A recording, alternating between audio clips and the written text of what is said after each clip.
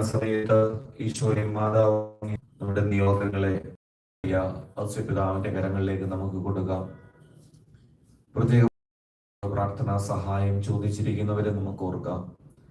നമ്മുടെ കുടുംബയിലെ ഓരോ മക്കളുടെയും നൊമ്പരങ്ങളെ, ഈ അൽത്താരയിൽ അവർ സമർപ്പിക്കുന്ന പ്രാർത്ഥനകളെ, അവരുടെ യാചനകളെ ദൈവസന്നിധിയിൽ ഉണർത്തിക്കണമേ എന്ന് വിശുദ്ധ പിതാവിനോട് നമുക്ക് പ്രാർത്ഥിക്കാം.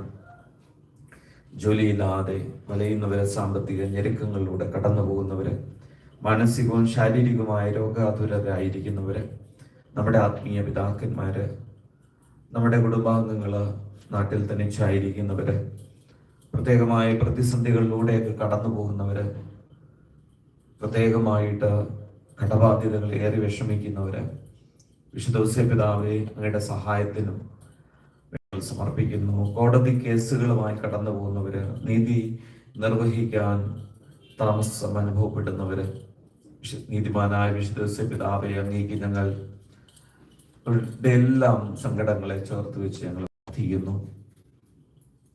നാളുകളായി ജോലി ചെയ്തിട്ടും ശമ്പളം ലഭിക്കാത്തവര്, അതിനാൽ തന്നെ മാനസികമായി വ്യതയിലൂടെ കടന്നു പോകുന്നവര്, തകർന്നു പോയ കുടുംബജീവിതം ഞങ്ങളിപ്പോഴും ഓർത്ത് പ്രാർത്ഥിക്കുന്നു. വിശുദ്ധ പിതാവേ, പ്രത്യേകമായിട്ട് ഞങ്ങൾ ഈ പ്രാർത്ഥിച്ചുകൊണ്ടിരിക്കുന്ന ഒരു കുടുംബം തകർന്ന അവസ്ഥയില് ഇപ്പോഴ് നാട്ടിലൊക്കെയും വളരെ അപമാനകരമായ രീതിയിൽ ആ രണ്ട് പെൺമക്കളും മാതാപിതാക്കളും കടന്നു പോകുന്ന വേദന വിശുദ്ധ പിതാവേ ഇവിടുന്ന് കടന്നു എന്ന് അവരെ ആശ്വസിപ്പിച്ച് സഹായിക്കണമേ. ഞങ്ങളുടെ കൂട്ടായ്മയിൽ അകന്നു കഴിയുന്ന ദമ്പതികളെ പ്രത്യേകം